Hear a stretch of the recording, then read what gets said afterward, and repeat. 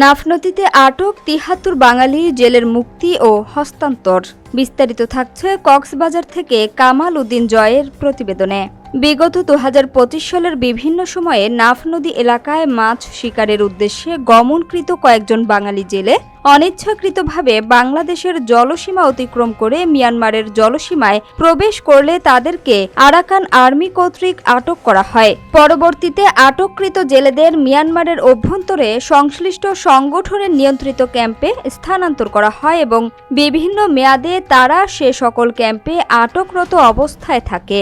উদ্ভূত পরিস্থিতিতে মানবিক বিবেচনাকে অগ্রাধিকার প্রদান করে কক্সবাজার অঞ্চলের বিভিন্ন নিরাপত্তা বাহিনী কর্তৃক সমন্বিত উদ্যোগের ফলশ্রুতিতে আরাকান আর্মির ঊর্ধ্বতন পর্যায়ে ধারাবাহিক যোগাযোগ, সমন্বয় এবং মধ্যস্থতামূলক প্রচেষ্টার মাধ্যমে আটক জেলেদের ধাপে ধাপে প্রত্যাবর্তনের বিষয়ে উল্লেখযোগ্য অগ্রগতি অর্জিত হয় এবং পর্যায়ক্রমে আটক জেলেদের হস্তান্তরের বিষয়ে ইতিবাচক সিদ্ধান্ত গৃহীত হয়।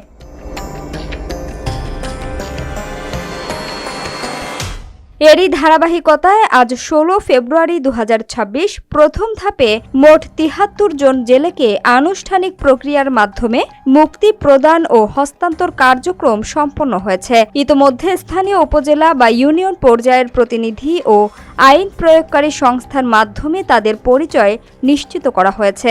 এ সফল উদ্যোগের ফলে আটক জেলেদের পরিবার পরিজনের মাঝে স্বস্তি ও আশ্বাসের পরিবেশ সৃষ্টি হয়েছে। মানবিক দৃষ্টিকোণ থেকে আটক ব্যক্তিদের আসন্ন রমজানের পূর্বে অবমুক্তকরণ ও হস্তান্তর সামগ্রিকভাবে একটি ইতিবাচক অগ্রগতি হিসেবে বিবেচিত হচ্ছে। অবশিষ্ট আটক জেলেদের মুক্তি ও নিরাপদ প্রত্যাবর্তনের লক্ষ্যে এই প্রচেষ্টা অব্যাহত রয়েছে।